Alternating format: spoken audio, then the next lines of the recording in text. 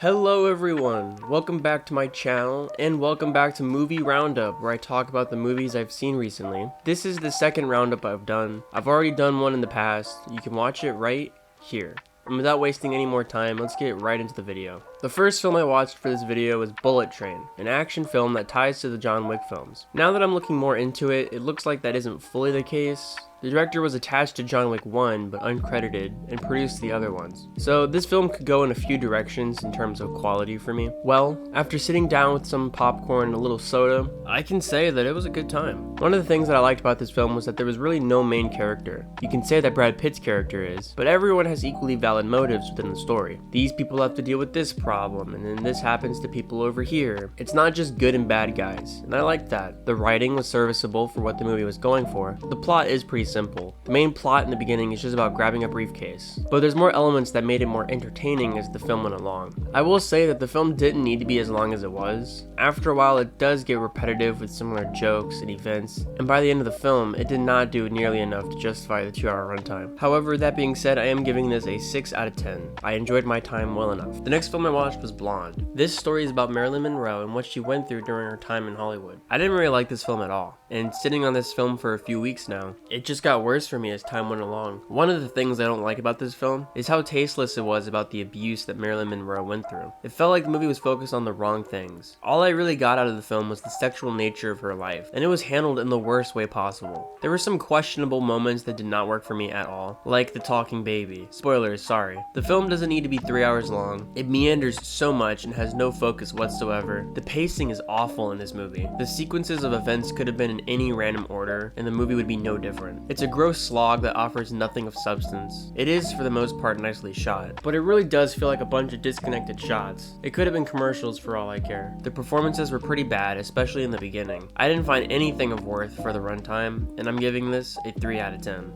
The next film was a rewatch, and the movie I rewatched was Dune, the new one. It's been about a year since I watched this film, and I wanted to see how it held up. And on the rewatch, I still really enjoyed my time. The technical elements are still very impressive, although not as impressive as the director Denis Villeneuve's previous film Blade Runner 2049. The lighting and the environment just worked better for me personally in Blade Runner. For this, however, it still is incredible. The thing that still did bug me about this film was the pacing of the story. There's a lot of exposition in this film, and without the conclusion of the story, it just felt lacking. It's just I needed more of the story to enjoy it more. Even though I'm a little harsh on the film, I still give it an 8 out of 10. I still loved this film, and I probably will rewatch it in the future. The elements that just work, they just do it for me.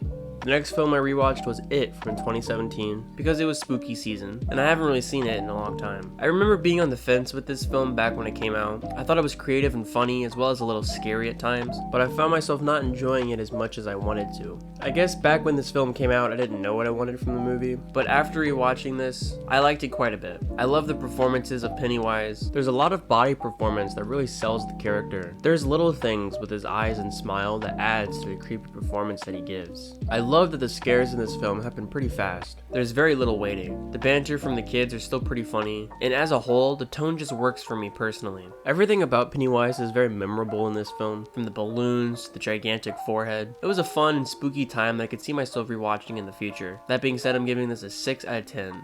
And the next film I watched was La La Land. This was directed by Damien Chazelle back in 2016. I loved this film when it came out, and I fell right back in love with it on the rewatch. The dance choreography and sets are very impressive. The dance number on the highway in the beginning of the movie is still crazy to me. I really had no clue how the creatives pulled that one off as well as they did. It's a love story told in a dreamlike way that made me fall in love with the film all over again. It's hard not to feel at least a little inspired after watching it. I also love the ending number that has no dialogue in it. It's exhilarating and heartbreaking all at the same time. The cinematography along with the dancing choreography is beautiful to look at. This is a fantastic film and a fantastic musical that everyone should experience, and I'm giving this a 9 out of 10. The next film I watched was Everything Everywhere All at Once. This is the third time watching this film, and I liked it just as much as the last time. One of the things I really didn't show a lot of love to last time I reviewed this film was the performances of the stunt actors. A lot of the really creative and funny stunts would never have been possible without their talents. This film is about so much, but for me, it's really about battling depression and trying to find the joy in life,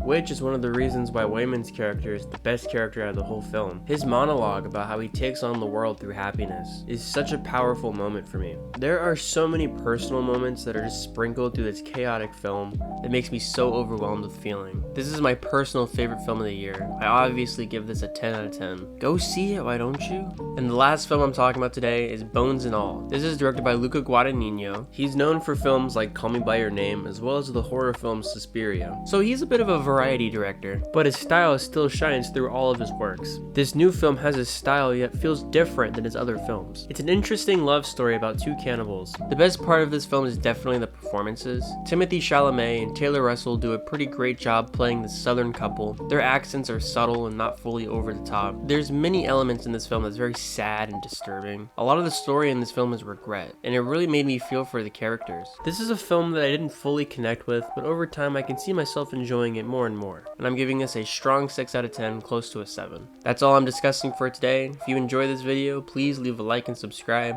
I'm out of here. Peace to all. Bye.